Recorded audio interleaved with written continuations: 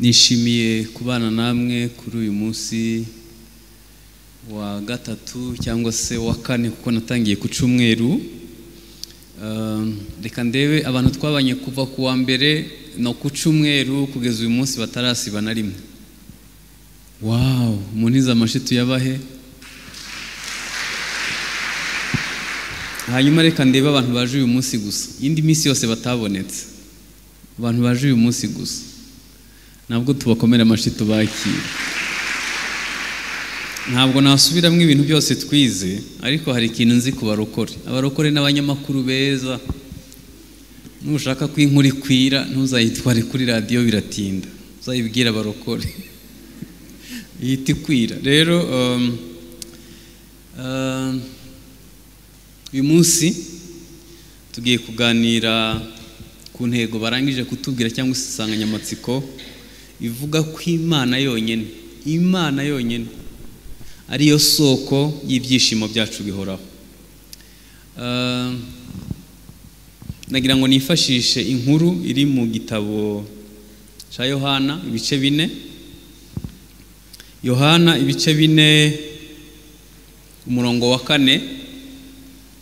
Ndagira ngo mpite nsoma Yohana ibice 4 umurongo wa 4. Haravuga ngo yiyumvamo ko akwiriye kunyura i Samariya, nuko agenda mu mudugudu w'i Samariya witwaga Sukara, bugufi bw'igikingi Yakobo yahaye umwana we Yosefu, kandi aho hari iriba rya Yakobo. Nuko Yesu ananijwe nuko yagenze cyane apfa kwicara kuri iryo riba. Hari nk'isaha 6. Umusamariyakazi aza kuvoma. Yesu aramubwira ati, mutuzi two kunywa. Kuko abigishwa be bari bagiye mu mudugudu kugura ibyo kurya. Umusamariyakazi aramusubiza ati, kuri umuyuda haba umusamariyakazi uransaba amazi ute? Icyatumye abazatyo nuko abayuda banenaga abasamariya. Yesu aramusubiza ati, yaba wari uzi impano y'Imana ukamenya n'ugusabye amazi uwo ari we, nawe uba umusabye nawe akaguha amazi y'ubugingo. Undi ati, databuja, ko udafite icyo kuvomesha n'iriba rikaba rirerire, none se ayo mazi y'ubugingo wayakurahe? Mbese ye uruta sogokuruza Yakobo wadufukuriye iri riba, kandi akaba yaranywaga amazi yaryo ubwe n'abana be n'amatungo ye? Yesu aramusubiza ati, umuntu wese unywa aya mazi azongera kugira inyota, ariko unywa amazi nzamuha ntazagira inyota rwose iteka ryose, ahubwo amazi nzamuha azamuhindukamo isoko y'amazi adudubiza kugeza ku bugingo buhoraho. Umugore aramubwira ati, data buja, makuru ayo mazi ntazagira inyota kandi ntazagaruka kuvoma hano kuko ari kure. Yesu aramubwira ati, genda uhamagara umugabo wawe maze ugaruke hano. Umugore aramusubiza ati, nta mugabo mfite. Yesu aramubwira ati, uvuze ukuri yuko udafite umugabo, kuko wari ufite abagabo 5 n'ufite ubu si uwawe, ibyo bivuze ukuri. Umugore aramubwira ati, databuja, menye yuko uri umuhanuzi. Basogokuruza bacu basengeraga kuri uyu musozi, nawe mukagira ngo Yerusalemu niho hakwiriye gusengerwa. Yesu aramusubiza ati, mugore nyizera, igihe kizaza ubwo bazaba batagisengera data kuri uyu musozi cyangwa i Yerusalemu. Dore mwebweho musenga icyo mutazi, ariko twebwe dusenga ibyo tuzi, kuko agakiza kava mu Bayuda. Ariko igihe kiraje ndetse kirasohoye, ubwo abasenga by'ukuri basengera data mu mwuka no mu kuri, kuko data ashaka ko bene abo ari bo bamusenga. Amen. Data, mu izina rya Yesu, uyu mugoroba turi imbere yawe, twifuza kugera ku iriba ry'ibyishimo. Bana na buri mutima, ubuntu bw'Imana bube muri iri teraniro, uduhe ibihe byiza nk'uko wateguye, mu izina rya Kristo Yesu. Amen. Nguhaye ikaze mu mwanya wo kumva ijambo ry'Imana. Wahisemwo neza kuba muri aya materaniro. Turiho turiga ko Imana yonyine ariyo soko y'ibyishimo byacu. Nagira ngo mbabwire akantu gakomeye. 2/3 by'isi bigizwe n'amazi. Kuko mu Rwanda tudafite amazi menshi, ntabwo twumva ibyo bimvuze. 2/3 by'isi bigizwe n'amazi, 1/3 ni cyari ubutaka gusa. Ariko abantu benshi ku isi ntibabona amazi meza yo kunywa. Ni ikibazo. Ukibaza ni gute amazi ari menshi hanyuma abantu bakabura amazi yo kunywa. Iyo umubiri utakiriye amazi ahagije, umubiri urigaragambya, urabigaragaza. Ushobora kurwara impyiko, ushobora guhura n'ibibazo byinshi bigaragaza kutanywa amazi. Mu ijambo rimwe, amazi ni ubuzima. Iyo tuvuze ngo Imana yonyine niyo soko, hari abantu benshi batagize amahirwe yo kugera ku isoko y'ibyishimo, batunzwe n'ibitonyanga, bakajya bishima rimwe na rimwe, ikindi gihe bikanga kuko bataragera ku isoko. Uyu mugoroba nagira ngo mbaganirize inzitizi zitubuza kugera ku isoko y'ibyishimo. Ntaragera kuri izo nzitizi, ndazivuga mu kanya njya gusoza. Nagira ngo tuganire gato ku nkuru y'umusamariyakazi. Yesu yiyumvishemo kunyura i Samariya nk'uko yiyumvishemo kunyura hano kuri uyu mugoroba kugira ngo ahure nawe ku giti cyawe. Yicara ku iriba, haza umusamariyakazi.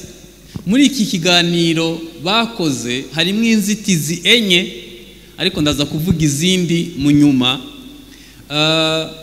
Igihe yatangira kuganira n'umusamariyakazi, yahise atangira kugaragaza inzitizi ya mbere. Yaravuze ngo kuri umuyuda nkaba umusamariya. Kumenya identite yawe nta cyaha kirimo. Ariko niba kumenya kuri umuyuda cyangwa se umusamariya bishobora gutuma wimana amazi, ntushobora kugira kuri bagibyishimo. Bari bafite ikibazo cy'amoko, aba bantu, abayuda n'abasamariya, byari bimeze nabi. Mu karere k'ibiyaga bigari, ibyo mvuze ndabizi ko mubizi. Hari ibibazo by'abayuda n'abasamariya byatugejeje ahantu, ibyo bibazo birashahari mu karere k'ibiyaga bigari. Kumenya identite yawe ntacyo bitwaye, ariko niba identite yawe ishobora gutuma wimana amazi, ukwiriye kugera ku iriba ry'ibyishimo. Yesu muri iki kiganiro yaramubwiye ati, iyo ba wari uzi ugusabye amazi. Reka mbabwire bene ndata twateraniye hano, ikintu kizadufasha cyonyine, uyu musamariyakazi hari ibyo yari yaramenye. Yamenye ko ari umusamariyakazi, aho yabyigiye, niba ari kwishiga, niba ari mu simbiza aho yabyigiye. Yari akwiye kumenya ko ari haraganira n'isoko y'amazi y'ubugingo. Reka nsubire inyuma ho gato. Niba hari ikintu kigurwa amafaranga menshi ku isi, ni ibyishimo. Ibyishimo birahenda, abantu babitangaho amamiliyoni.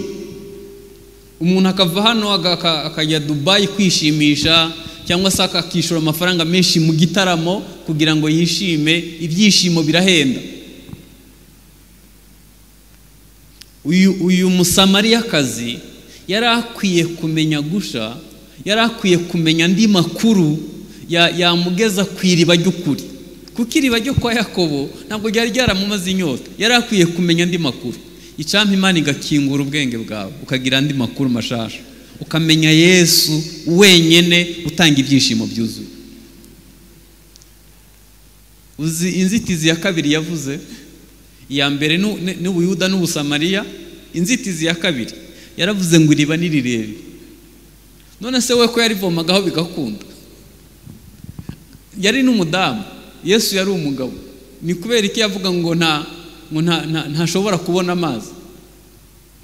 Iyo urebye neza usanga iri riba rirerire yavuga hano ntabwo ari iriba ry'amazi, ahubwo ni ibibazo by'abayuda n'abasamariya byari byarabaye birebire, bigera kwa basogokuru no ku matungo, ni bigera ahantu kure. Hari abantu bafite imizi muri bo y'ibintu bidashobora gutuma bagera ku byishimo, bagwana na karande n'imbaraga mbi, ukabona ni uruhererekane rw'ibintu byinshi. Iriba ko bari rirerire. Hari abantu baterana bagasenga akamara imyaka mu rusengero, ariko yaranyweye ku iriba rirerire, kandi ibyo ntibimugeze ku iriba ry'ukuri. hanyuma Yesu uzi igisubizo yamuhaye, yaramubwiye ati amazi aho mwayanywereye ko atigeze abakiza, unywa amazi nzamuha azamuhinduka mu isoko. Hari abantu bagerageje ariko kuko bafite amateka maremare y'ibindi bintu bagwana nabyo bigatuma batagera ku iriba ry'ukuri. Icya gatatu yaramubwiye ngo genda uzane umugabo wawe. Aha yarageze kuvugana n'umutima wari babiri. Ni nkaho yaramubwiye ngo nifuza kuhinduka wowe ubwawe, nifuza kukira kuko uri umusambanyi. Ariko Yesu yabivuze mu buryo butamuhutaza, yaganiriye nawe mu buryo bumwereka uwo ari we ko ari umunyabyaha kandi atamuhutaje. Yahise avuga ngo noneho menye ko uri umuhanuzi. Iyi nayo ari inzitizi ikwiriye kubanza gukugwaho. Dufite abantu b'abahanga, abakansara b'abahanga cyane, akubwira ibyo gukira agahinda gakabije kandi nawe afite akarenza kawe. Dufite abahanga babigisha bazi kuvuga amagambo meza asizwe na disikuru ziteguye neza, ariko ubuzima bwabo butarigeze buhinduka. Bigeze kunzanira umushumba umwe ngo dukorane, yari umuntu mukuru, mpita ndamubwira rero twumvikane, turi muri ofisi turi babiri, ngewe nawe tuzakundana, tugerageze kubana neza. Arambaza ngo kubera iki? Ambwira ati n'umusanga usimbana n'abantu nabi, kubera ko ari byo bya mbere unyakirije. Ndamubwira ngewe nawe twiherereye tukagwana, twashizeho amarido nta muntu utureba, tukabigira ibanga ntihagire umuntu uzabimenya, tugahita tujya ku ruhimbi kwigisha. Nyuma y'ukwezi kumwe wakwakira nk'abandi bantu 5 bagwanye. Arambwira ngo kandi batarabimenye. Ndamubwira ngo igihindura abantu si amagambo meza twigisha, ni umwuka uri nyuma y'ibyo tuvuga. Igihindura abantu si indirimbo nziza turirimba, ni uguhinduka kw'imbere. Ibitaragukijije nta wundi muntu byakiza. Yesu yaramubwiye ngo genda uzane umugabo wawe, ukwiye guhinduka ku ngeso zawe. Amazi nayaguha ariko banza uhinduke. Imana itubikira iriba ry'ibyishimo, ariko icyo dushakaho ni uguhinduka, ni ukwemera guhinduka ku ngeso. Yesu agasigara ari wenyine mu buzima bwacu, ari we soko y'ibyishimo byacu, nicyo dushakaho. Hanyuma uyu mudamu ahita azamura ikibazo cya 4 cy'imisengere. Aravuga ati basogokuru basengera kuri iyi misozi. Niba hari ikintu giteye ibibazo mu gihugu, ni imyizerere y'amadini. Ni imyizerere y'amadini. Amadini n'amatorero hariho amwe atageza abantu kuri Kristo Yesu. Reka mbaho urugero. Muri RGB iyo urebye imiryango ya Gikristo n'amatorero byanditse, ngira ngo barenze 1500-700 udashizemo n'atarabona ibyangombwa.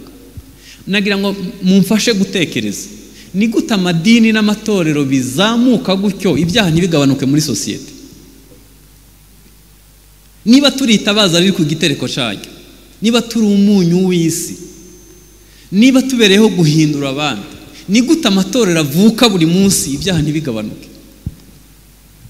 Ahantu nakirijwe abantu barabandwa bagaterekera ku manywa. Igihe ubutumwa bwiza bwahageze, n'abatarakijijwe baretse kubandwa no guterekera. Imirasire y'ubutumwa bwiza yirukanye abadayimoni muri ako gace. Niba tubwiriza ubutumwa bwiza ntihagire impinduka, urubyiruko rugakomeza kunywa ibiyobyabwenge, abantu bagakomeza kwishora mu byaha, hari ikibazo kiri mu misengere yacu. Ndabizi ko ubutumwa bwiza iyo bwageze ahantu buzana impinduka. Niba nta mpinduka ziri mu buzima bwacu, hazaba harimo ikibazo hano. Yaravuze ati basogokuru basengera kuri iyi misozi. Yesu uzi ukuntu yamusubije, yaramubwiye ngo igihe kiza kandi kirasohoye, si Yerusalemu, si Yudaya, si Samariya, n'abasengera mu kuri no mu mwuka. Data ashaka abamusenga bameze batyo. Ari igihe ubaza umuntu ngo urakijijwe, ngo ngiye nsenga restoration nta kibazo ifite, wavutse ubwa kabiri. Ese urakijijwe? Ngo ngende mu ADPR, muri ADPR se reka mbabwize ukuri, muri Egiputa buri wese yisigiye amaraso ku nkomanizo. Ejo bundi impanda nivuga izahamagara umuntu mu izina rye, nta institution runaka izigera ihamagara. Niba utemeye guhinduka ngo uvuke ubwa kabiri uba umwana w'Imana, ikibazo cyaho usengera si cyo kibazo. Hari abandi rero baba barigiza abatagatifu cyane, bakaba bazi ko ndongo bacira imanza abandi, bakavuga ati abandi ntibakizwa, twe dukizwa cyane. Abandi buri wese aba afite uko abivuga. Reka mbabwize ukuri, iby'ama institution ibya tubyihorere. Turashaka abantu basenga mu kuri no mu mwuka. Twifuza kubona urubyiruko ruvuga mu ndimi, rwavutse ubwa kabiri, rudasambana, rutanywa ibiyobyabwenge. Twifuza abagabo banyuzwe n'abagore babo, twifuza kubona abamama bahanura bagiriwe neza n'Imana, twifuza abantu buzuye imbaraga z'Imana basenga mu kuri no mu mwuka. Iyo niyo nyota Imana ifite. Iri riba uyu mudamu yarivomaho, ariko ntabwo yigeze rimumara inyota y'ukuri. Yari afite inyota y'ibyaha atigeze akira. Yesu yagira ngo amugeze ku isoko y'ukuri. Icyama ya masengesho akazarangira tugeze ku isoko y'ukuri, aho umuntu yishima nta gishimishije kihari, aho umuntu agira amahoro kandi ari mu mahoro make, aho umuntu aramya kandi azengurutswe n'ibibazo, aho umuntu asabana n'Imana, aho Dawidi yavuze ngo antegurira ameza mu maso y'abanzi banjye. Yanshoye ku migezi y'amazi idasuma. Hari imigezi abantu banyweraho bakumva ni sawa, imigezi y'amafaranga ni sawa. Ibyo bintu ni byiza, gukira ni byiza, gutera imbere ni byiza, ariko iyo migezi ntimara inyota y'ukuri. Yesu akugeze ku isoko imara inyota. Amen. Ndashaka kuvuga inzitizi 10 zibuza abantu kugera ku isoko y'ukuri. Inzitizi 10 zibuza abantu kugera ku isoko y'ukuri, bakanywera ku yandi masoko ajya gusa, cyangwa se asa nk'ayazana ibyishimo ariko atazana ibyishimo by'ukuri. Inzitizi ya mbere ni icyaha. Umutima ubitse icyaha ntabwo ushobora kugera ku byishimo by'ukuri. Nagira ngo mbabwire bene data duteranye, ntabwo icyaha kimagwa n'iminsi, ntabwo kimagwa n'amaturo watuye, ntabwo icyaha kimagwa n'icubahiro ufite. Icyaha gikurwaho n'amaraso ya Yesu. Igihe cyose ukibitse icyaha mu mutima ntuzigera ugira ibyishimo, kuko Bibiliya ivuga ngo nta mahoro y'umunyabyaha ni Uwiteka avuga. Ntushobora kugira amahoro ubitse icyaha. Urabona ko hari igihe umuntu abika icyaha yarangiza agahita abisimbuza nk'imirimo myinshi agakora ku buryo twemeza. Umutima ntujya ruswa. Umutima ubitse icyaha ntushobora kuramya Imana, ntushobora kugira ibyishimo by'ukuri. Iyo ni inzitizi ya mbere. Ariko reka mbabaza, ubundi ko tubabarirwa ku buntu, amaraso ya Yesu ko abereyeho kutweza, kubera iki tubibika? Nigeze kubona umwana umwe, nako yari umwana yari mukuru, yaguye mu cyaha cy'ubusambanyi. None haratekereza aravuga ati mba mu rugo rw'abakozi b'Imana, nimbyatura bazantenga. Hari amatorero ahita atenga nta kindi atekerejeho. Bazantenga, bazanshyira inyuma y'itorero. Nta umuntu ndi bubibwire, nzaseba. Nimba ivuga muri korale bazampagarika. Ahitamo kujya gusenga amasengesho atazi igihe azayarangiriza, kandi agasengera ahantu hanze mu mibu. Nari muzi afite ibiro nka 85, twongeye guhura afite ibiro nka 40. Namumenya ari uko asetse, uruhu imibu yaragwangije. Ndamubaza wabaye iki? Arambwira ati pastor, wowe reka nkubwize ukuri, naguye mu cyaha cy'ubusambanyi mbura aho mbyaturira. Mpitamo gusenga amasengesho ntazi igihe nzayarangiriza. Ndamubwira warigoye, ibyo inzira wanyuzemo yarakuvunye. Icyaha ntigikurwaho n'amasengesho menshi, gikurwaho no kwihana no kwatura.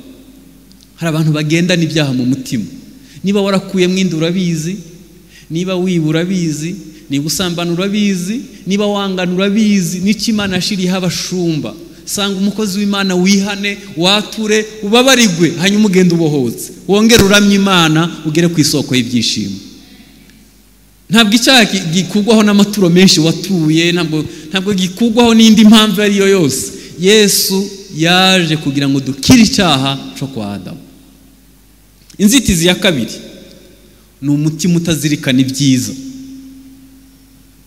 Hari abantu bahora barekarama ibirarane.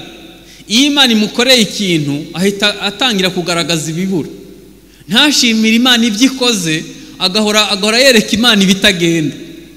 Tangira ushimire Imana ibyo yakoze mu buzima bwawe, hanyuma iyo ushima izakora n'ibindi, kuko ikunda gushima. Hari imitima itazirikana ibyiza, hari imitima itazirikana ibyiza. Iyo umutima utazirikana ibyiza, byakugora kugera ku iriba ry'ibyishimo. Ariko reka nkubaze, ubu nta bintu Imana yakoze mu buzima bwawe uri umuhamya w'ibyo Imana yakoze? Wagarura agafoto kawe ko mu myaka nka 20 ishize, akakagereranya n'uko umeze uyu munsi, n'uko Imana yarakoze. Imana yarakoze, yakoze imirimo ikomeye. Iyo Imana ikwambukije inyanja itukura, ibigira ngo nugera kuri Yorodani uzifashisha ubuhamya bwo ku nyanja itukura, kuko inyanja itukura ni ndende, ifite ubujyakuzimu bwa metero 2000. Yorodani yo ni isanzwe, ni umugezi bambuka. Iyo ugeze kuri Yorodani nubwo yaba yuzuye, wibuka imbaraga zakoze ku nyanja itukura. Ibyo Imana yakoze bikwiye kukubera esikariye uhagararaho, ukizera ko Imana izongera ikakwambutsa. Ntirahinduka, niyo kwizegwa. Uko yari iri ejo n'uyu munsi niko izahora iteka ryose. Hari imitima itazirikana. Umutima utazirikana ntutura, umutima utazirikana ntiwagaburira abandi, umutima utazirikana urikunda gusa. Uwo muntu abazi Abanyafrika bo munsi y'ubutayu bwa Sahara, tuzi ko guhabwa ari byo mugisha. Nyamara Bibiliya iravuga ngo gutanga bizana umugisha kuruta guhabwa. Umunyafrika iyo yahawe aba yumva ari sawa. Nyamara igihe Imana izasigara ariyo soko y'ibyishimo byawe, nuha abandi uzumva ukoreye umugisha. Inzitizi ya gatatu ni amaganya y'isi. Yesu yaravuze ngo ntimukiganyire ibiryo n'imyambaro, n'ejo nzamera nde. Data asanzwe azi ko mubikena, data birimo. Ariko mutekereza ko iyo umuntu asinziriye habiki? Iyo umuntu yasinziriye, Imana igukora entretien general. Isa nkaho igutwaye mu igaraje yayo, ikongera ikakurema. Amaseri irashaje yose agasohoka. Niyo mpamvu ubona ku mubiri hari imyanda. Ikongera ikakurema. Kandi si ibyo gusa ikora, ahubwo itangira gutekereza ku mutekano wawe w'ejo, n'ibyo uzajya ejo, ikagukuraho inzitizi zose, yangiza ikavuga ati kanguka nabirangije, komeza ubuzima. Tugahora twiganyira ibidafadika kandi Imana ibirimo. Yaguhaye ubugingo buhoraho, ntabwo yabura ibirayi byo kurya, ntabwo yabura imyambaro yo kwambara. Ni question y'igihe gusa. Urimo kugeragezwa, yenda uzabivamwo, Imana izakugirira neza. Ukwiye kugira umutima uzirikana, ukirinda amaganya y'isi. Yesu yaravuze ngo ntimukiganyire, kuko azi ko amaganya y'isi abyiga Imana ikimuka mu muntu. Abasomye agatabo k'umugenzi baza amakuru y'Isayo gahinda gasaza. Iyo Sayo ngo yajyaga izikuka, ngo harimo amabuye yashiriweho, ngo byari ibyigisho byatoranyijwe ko byakomeza abagenzi kuruta ibindi. Ariko kuko Isayo yabyutse yazikutse, ngo umuntu ntabone n'amabuye yo gutarukiraho. Ijambo ry'Imana yavuga ngo ntutinye, ndi kumwe nawe. Ntutinye rigaruka inshuro 365. Buri gitondo aravuga ngo ntutinye, ndi kumwe nawe. Kandi umuntu usanzwe gusa w'umukire yakubwiye ngo ntutinye, uhita wumva ari byo ukabyizera. Data wa twese yavuga ngo ntutinye, ukavuga ati nta wamenye, ni kwihora ivuga. Amaganya y'isi ntashobora gutuma ugera ku iriba ry'ibyishimo. Abantu benshi hakugira ngo bashime Imana, babeho ubuzima bushima, bahitamwo kubaho ubuzima burimo amaganya y'isi, bikabazanira agahinda gakabije. Umuntu akagenda atakaza icyerekezo cy'ubumana. Icya gatanu, ni ubwibone. Icya kane ni ubwibone. Mu bwibone harimo inaringe, harimo buriya mwari muzi ko no kwiganyira ari ubwibone buri positive. Kwiganyira nabwo ni ubwibone. Iyo uvuga ngo Mana kuko ari ngewe, hanyuma se abandi nibo wagira ngo bibeho wowe ntibikubeho. Mana kuki wemeye ko nsonza, kuki wemeye ko nkena, kuki wemeye ko ntinda kubona, kuki ngewe, hanyuma se abandi nabo ko nta kigaragazo kitari rusange mu bantu. N'amaganya nayo n'ubwibone buri positive. Ariko tugaruke ku bwibone. Ubwibone nicyo kintu Imana ishobora guhaguruka ikakugwanya. Bibiliya avuga ngo mwese mukenyere kwicisha bugufi kuko Imana igwanya abibone, abicisha bugufi Imana ikabahera ubuntu. Aravuga ngo nuko mwicisha bugufi muri munsi y'ukuboko gukomeye kw'Imana, izabashira hejuru mu gihe gikwiriye. Ubwibone ari umuntu umwe twahuye afite ideni rya miliyoni 15. Arambwira musengere ngufite ikibazo uca miliyoni 15. None ndamubaza, wafashe iyo nguzanyo ugiye kubaka? Aravuga toya nta nzu nubatse. Wayamajije ikiza? Arambwira turumva re pastor, ngewe ikibazo mfite ntabwo ibirayi bya Nyabugogo mbishobora, ngurira nakumata ibirayi. Wafashe ideni rya miliyoni 15 kugira ngo ugure ibirayi muri nakumata? Kumusengera byarananiye. Imana izakugirira neza. Niba ufite ubushobozi bwo guhahira Simba n'ahandi, vraiment ni byiza, ntako bisa gusunika akantu ariko niba ukiri ku bushobozi bwo guhanya Bugogo, wabyutse saa 11 ugahaha abandi bahaha. Ubwibone ni ikintu kibi. Bibiliya iravuga ngo Imana igwanya abibone. Abantu barasambana ntirabagwanya, bakora ibyaha bitandukanye ntirabagwanya, ibabikiye imbabazi. Ariko iyo ugize ubwibone uba ubaye inyeshamba ku Mana. Uzabibaze Nebukadineza yubatse Babuloni mu buryo bugezweho bw'ico gihe, akora ubusitani mu kirere, atumira abategetsi b'ibihugu byinshi, arangije aricara ngo yikomanga mu gatuza, aravuga ngo Babuloni umugumpesha icyubahiro. Imana yumva ntirimo, yitibwira marayika ngo muntwarire kumunyigishiriza, kumunshishiriza bugufi. Amukura hagati y'abamurinda n'umugore we n'abana n'abayobozi bayoboye ibihugu ntibabimenye. Aramutwara amusiga mu ishamba. Mu ndebere Nebukadineza yo wehugu 127. Ubanza yaravuze atari ko numva nani wakwicara, atazi ko azahicara imyaka 7. Hanyuma aravuga atari kubundi ko numva nani wakwirambika. Iyo umuntu yageragejwe ahita agabanya ibiciro. Ubu watwemeza kutanywa amazi adatetse, iyo nikiziba wakinywa. Iyo umuntu yageragejwe ahantu hose yahicara, ahita aba umwana mwiza. Umva ikintu cyantangaje, yamaze imyaka 7 agiye kwiga akantu kamwe gusa, akavuga ngo Imana niyo yimika abami igakuraho abandi. Ako kantu yakize imyaka 7 ku manywa na nijoro, imyenda imucikiraho, inzara zirashokombora, agira ubwoya nk'ubw'inyamaswa, arisha ubwatsi nk'inka. Bibiliya iravuga ngo imyaka 7 irangiye ngo akenge karagaruka, ngo ahimbaze ibaho ibihe bitazashira. Aravuga ngo ndabimenye, uri Imana yimika abami igakuraho abandi. Imana yavuga ati nico nashakaga, ahita usubira mu bantu. Kandi umva Imana ukuntu itangaje, uzi ko ibyo bihugu ko ari 127 ntibigeze bamenya ko umwami adahari, kuko iyo babimenya baba barimitse undi mwami. Imana icurika ubwenge bw'abantu bo mu bihugu 127 bikamera nko gusinzira no kwicura mu yimpera icubahiro. Reka nkubwire ibintu bibiri bikomeye, ni wanga guca bugufi uzacishwa bugufi. Kandi gucishwa bugufi birababaza. Noneho tekereza ucishwe bugufi n'Imana ukuntu bibabaza. Bibiliya iravuga ngo umuntu niyeza akitandukanya n'ibidatunganye, nubihitamwo kuneza ugaca bugufi, Imana izagushira hejuru mu gihe gikwiriye. Ariko nuzana ubwibone, Imana igwanya. Dufite abantu bazi gukira, bazi gukira akageza ubwo asuzuguza Imana ibyo yamuhaye, akagera igihe kumva ntekeneye Imana, akagenda yimura Imana gake gake, yimikinaringe, ubwibone buzamuka, yumva ko aruta abandi bantu. Imana hari ahantu muzahurira, ndabizi neza, nta hantu wayikwepera. Inzitizi ya gatanu ni umutima ukomeretse. Ndiho ndavuga inzitizi zitatuma ugera ku iriba ry'ibyishimo. Umutima ukomeretse ni ikintu kibi.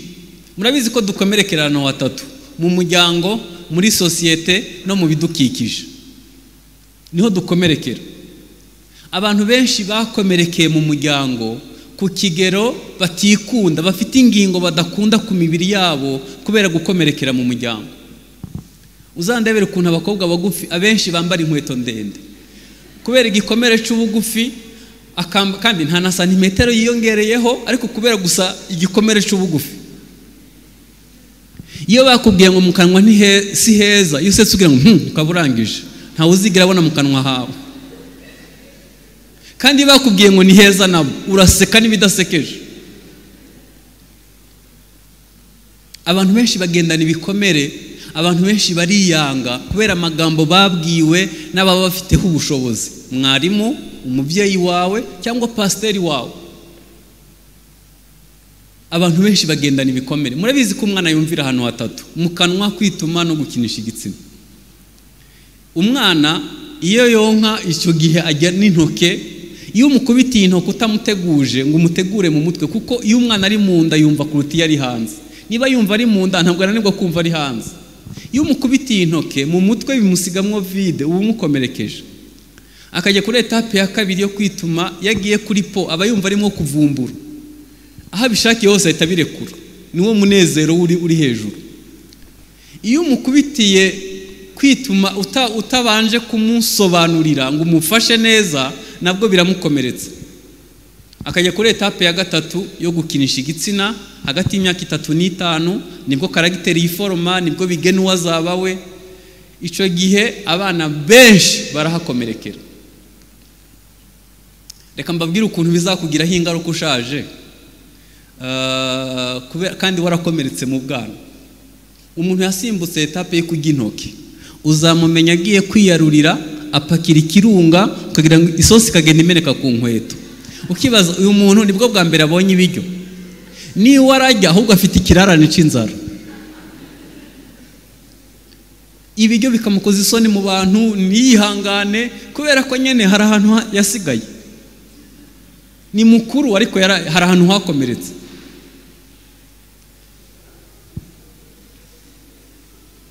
Umuntu yasimbutse etape iyo mvuze yo kujya kuri po akahakomerekera.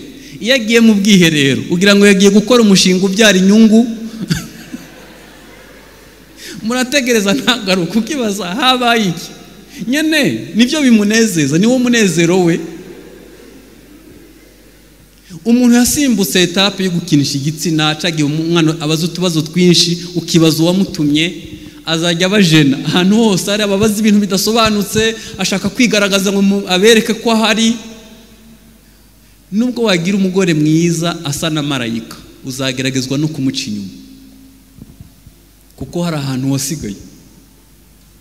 Hari abantu benshi bakijijwe ariko bagira ingeso zabananiye zifitanye isano no gukomereka. Iyo umuntu atahawe agaciro mu muryango, mukagira ibyago akaba shefu wa kampani, mwese azabakanda ashaka indishyi z'akababaro. Muba mumeze nk'aho mumwishura nk'aho mwari muhari, kandi akomereka ntimwari muhari. Iyo umuntu atahawe agaciro akabuza abandi, iyo umuntu atahawe umutekano ntawuha abandi. Iyo umuntu yifitemo umutekano muke, kampani yose ihita igira umutekano muke. Umuntu utaragize urukundo rwa papa ari umukobwa, ngo akure asabana na papa, ari inshuti na papa, bizamugora kumenya uko bafata umugabo mu muryango. Akenshi akundana n'abahungu atagamije ikintu kibi, ashaka kuwakuzuza iyi vide ya papa. Iyo aguye ku bahungu babi birangira akoze ibyaha, twe tukamucira urubanza tutazi umuzi w'ibyaha bye. Iyo umuntu atagize urukundo rwa mama ari umuhungu ngo babe inshuti amwisangeho, mbabwira ni siyansi, ni abahungu biyumvamo cyane ba mama kuruta ba papa. iyo atabaye inshuti na mama we azajya akundana n'abakobwa atagamije ikintu kibi, ashaka kuwasimbura mama. Hari vide ya mama, ntabwo kuri babi cyangwa adakijijwe bizarangira abaye umusambanyi. Nyandeba urubyiruko rwinshi ukuntu rwitwara hano, ndavuga muri Kigali, urubyiruko rwinshi rufite ihungabana. Iyo wabayeho ufite ihungabana, akenshi uhungira mu muziki. Bari abantu bo kubyuma nimwumva bazamura cyane ntimukabacira urubanza. Hari igihe ibisakuza muri we biba biruta ibyuma yazamuye, none akazamura nta byumva, afite ikibazo cy'ibisakuriza muri we. Abantu benshi bahungira mu muziki, abandi bahungira mu biyobyabwenge, abandi bahungira mu busambanyi. Tubyita maske. Akambara maske akagaragaza uwo atari we imbere kugira ngo ahishe uwo ari we imbere. Ikibazo cy'agahinda gakabije kiriho kirazamuka ku kigero giteye ubwoba, kubera abantu babitse ibintu mu mutima banze gusohora. Gufitiye inkuru nziza, Yesu ntiyaje gukiza ibyaha gusa, yaje no kuvura imvune z'umutima. Yesu ashobora kukwakira ukuri. Wambwira ko wafashwe ku ngufu bidafite icyo byagutwaye, ndabizi uzarinda usaza. Igihe cyose ubonye umugabo uhagaze imbere yawe uzibuka uwagufashe ku ngufu.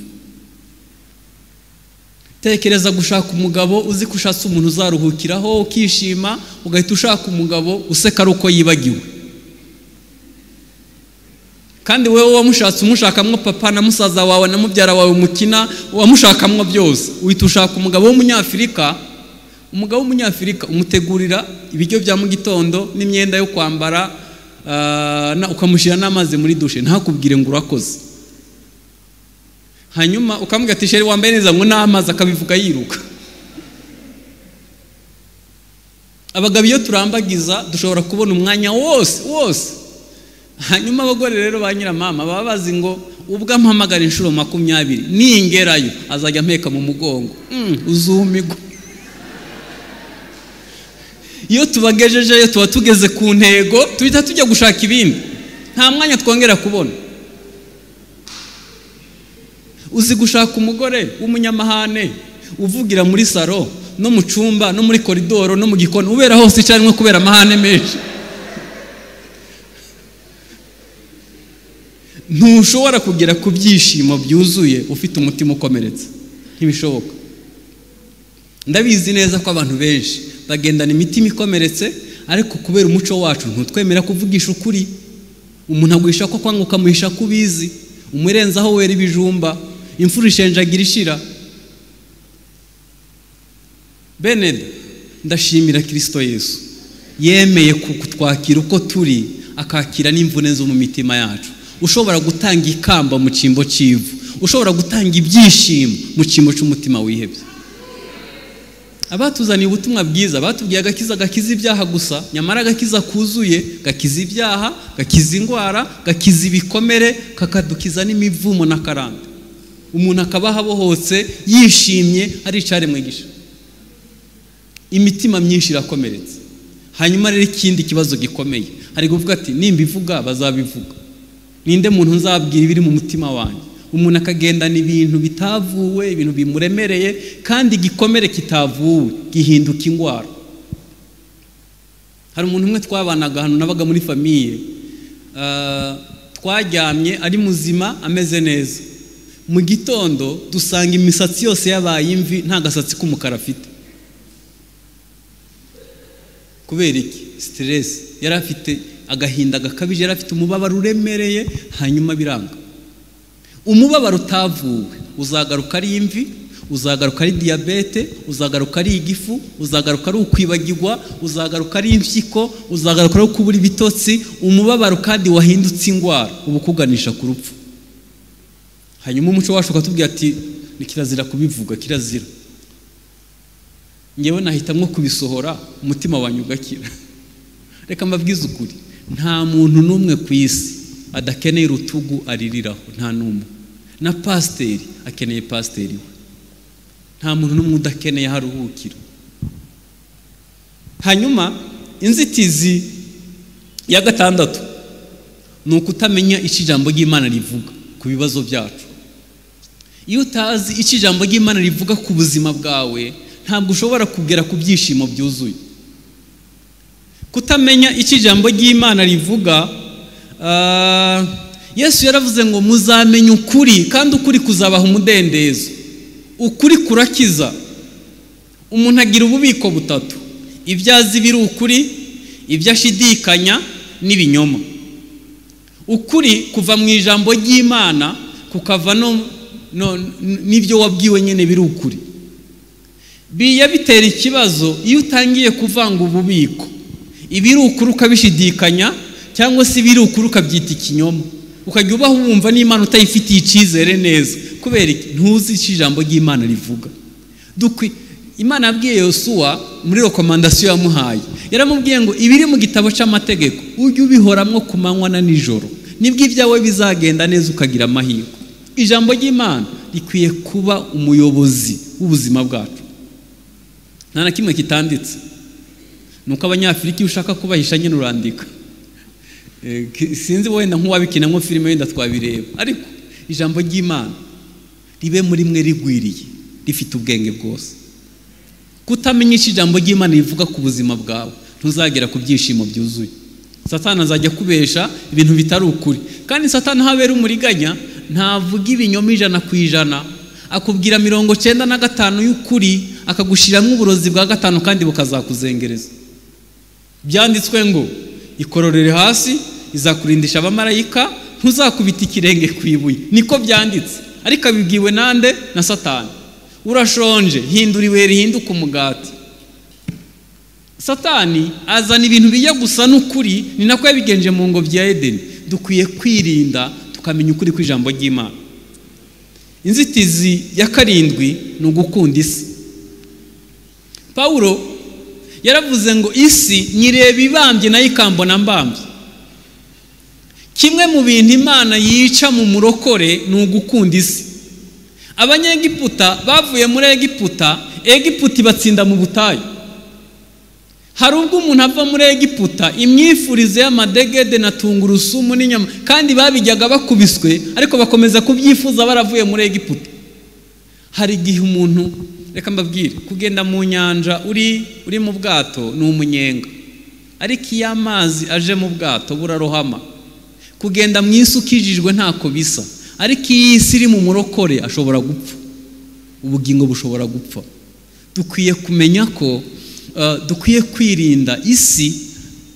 Nawe Yesu yaravuze ngo ntawakeza abami babiri, yakwanga umwe agakurikira undi. Isi, ibintu byose Imana iduhere naho ni impamba yo mu nzira. Dukwiye gukomeza tujya mu bwami. Iby'isi tuzagira byinshi. Kimwe mu byo nababwiye ejo, nababwiye ngo Imana ifata umwanya wo kutwubaka mu imbaraga zituma dutegeka isi ntituyobore. Amafaranga uzayagira, icubahiro uzakigira, uzatera imbere, ariko ikibazo Imana izakomeza kuba iya mbere mu buzima bwawe. Icya 8 ni imyigishirize y'amadini. Iyo nayo ni imbogamizi itubuza kugera ku byishimo byuzuye. Reka mbaho urugero. Niba idini usengeramwo ritakwigisha guhinduka no gusa na Yesu, kandi Yesu akaba ari we soko y'ibyishimo, uzishima bigenze bite? Nigeze gusanga ahantu umushumba umwe mu idini rimwe arimo kubesha abantu. Arababwira ngo Imana impishuriye ko mwese mugiye gutunga imodoka, ikibazo tuzagira ni parking. Shiramwo urufunguzo mu kwizera, katani watse. Yesu azarindaza hakiri umufundi n'umuyede. Yesu azarindaza hakiri bosi n'umukozi wo mu rugo. Yesu azarindaza abantu bose badatunze imodoka. Imana izakuzamura kuko yarangije kukubaka neza imbere muri wowe, ikuzamure kuko uzahagarara ubwami bw'Imana neza. Ariko ntabwo abantu bose bazigira baresha. Hari igihe ibyo twiga bitaduhindura kuba abana b'Imana. Hari ibintu sinzi niba hari umuntu yabinsobanurira ngo mbyumve, ukuntu imibare y'abakristo yiyongera ariko ukabona ibyaha bitagabanuka. Imwe mu nzitizi nuko imyigishirize y'abantu bamwe itageza abantu ku musaraba. ni imyigishirize. Abantu bahinduka kuba abayoboke b'amadini n'amatorero kuruta guhinduka kuba abana b'Imana. Nagira ngo nkwinginge ukomeze uba umwana w'Imana, bizagufasha gusa na Yesu kugera ku byishimo byuzuye. Iyi ni imbogamizi ikomeye. Reka mbaye nk'urugero, iyo murebye divorce aho igeze mu Rwanda ukareba imibare ukuntu itumbagira, amatorero yose ahagurutse akigisha abayoboke babo, bakabigisha kubaka urugo ruzima, bagategura urubyiruko kugira ngo bazubake urugo rwiza, iyi mibare yagabanuka. Ariko rimwe na rimwe ntibidushishikaje. Hanyuma icya 9 ni ukutamenya icyo waremewe. Iyo utazi icyo waremewe ntabwo ushobora kugera ku byishimo byuzuye.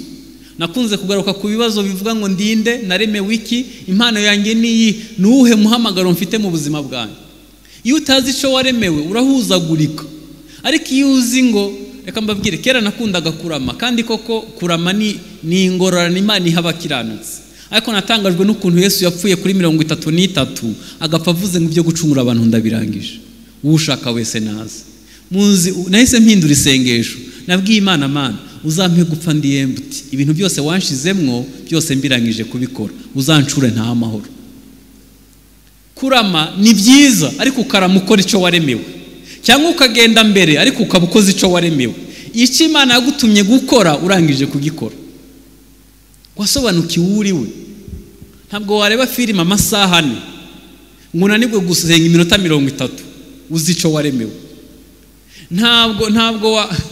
Ntabwo wakwinezeza ngo ubeho ubuzima buri muri rigisi iri hejuru mu gihe wananiwe no kugemurira abagwayi ku bitaro. Warasobanuka ibitegeko rya 2 rivuga ngo ukunde mugenzi wawe nk'uko wikunda. Wamenya ko ari abantu bategereje amaboko yawe, bategereje umugisha Imana yaguhaye kugira ngo ubwami bw'Imana bwubakwe. Inzitizi ya nyuma ni ukutemera guhinduka ku ngeso. Kutemera guhinduka ku ngeso ntibizatuma ugera ku byishimo byuzuye. Gukizwa ni ugutsindishirizwa, nta ruhare rwacu rurimo, n'ubuntu Imana itugirira. Ariko hirya yo gukizwa hakurikiraho iki? Ejo nababwiye ngo ni uguhinduka ku ngeso, kwezwa no kugira umutima nk'uwari muri Kristo Yesu. Yesu nasigara ari wenyine mu buzima bwawe, uzabaho ufite ibyishimo byuzuye. Niki cyakubujije kugera ku byishimo? Niki gituma uhora uhindagurika? Uyu munsi wishimye, ejo byanze. Uyu munsi wasetse, ejo ntuseka. Uyu munsi wumva ufite akanyota ko gukorera Imana, ejo byongeye kugwa hasi. Nagira nkubwire ko izi nzitizi zose nuzirenga uzagira kwiriba ry'ibyishimo, aho abasenga Data bakwiye kumusengera mu mwuka no mu kuri. Nukuraho inzitizi uzagira ku byishimo byuzuye. Yewe nta nubwo uzagera ku isoko ry'ibyishimo, ahubwo uzahinduka umugenda ujyana amazi mu mitima isaraye. Abantu bazajya bakureba bumve baruhutse, bashimishijwe nuko bahuye n'umuntu ushobora gutanga ibyishimo. Twunamisha amaso dusenga. Nagira ngo dusengane n'umuntu wese ubishaka, uvuga ati Mwami unkurireho inzitizi, umpe kugera ku iriba ry'ibyishimo, usigara uri wenyine mu buzima bwanjye, mbona ibyishimo bihagije. Waba uhari uhaguruka tugasengana? Haguruka uhagarare mu mwanya wawe dusengane. Data mu izina rya Yesu, uyu mugoroba tuguciriye bugufi, ni wowe byishimo byacu. Birashoboka ko twagize imitima ikomeretse ntitwagera ku byishimo. Birashoboka ko twagize inzitizi z'ingeso tutarahindukaho ntitubone ibyishimo. Birashoboka ko amaganya y'isi n'ibyo tubura mu buzima byatubujije kugera ku byishimo. Mwami, birashoboka ko tutamenye ijambo ryawe rivuga ku buzima bwacu bituma tubura ibyishimo. Turasenze ngo uyu mugoroba udukurireho inzitizi. Dukurireho inzitizi Mwami, dukurireho inzitizi, dukurireho inzitizi, dukurireho inzitizi. Uduhe guhagarara hakwiriye, imbaraga zawe zibane natwe, ubuntu bwawe bubane natwe, uduhindura isoko y'ibyishimo. Mwami, duhinduke umugenda ujyana amazi mu mitima isaraye. Hindura abandi Mwami uduhereyeho. Mwami Yesu Kristo, turasengera igihugu ngo gihinduke, ariko duhereho, dushoboze kwezwa no gusa nawe no gukora ubushake bwawe. Bana na buri wese, Umwuka Wera avugane na buri wese biruta ibyo mvuze, mu izina rya Yesu, amen.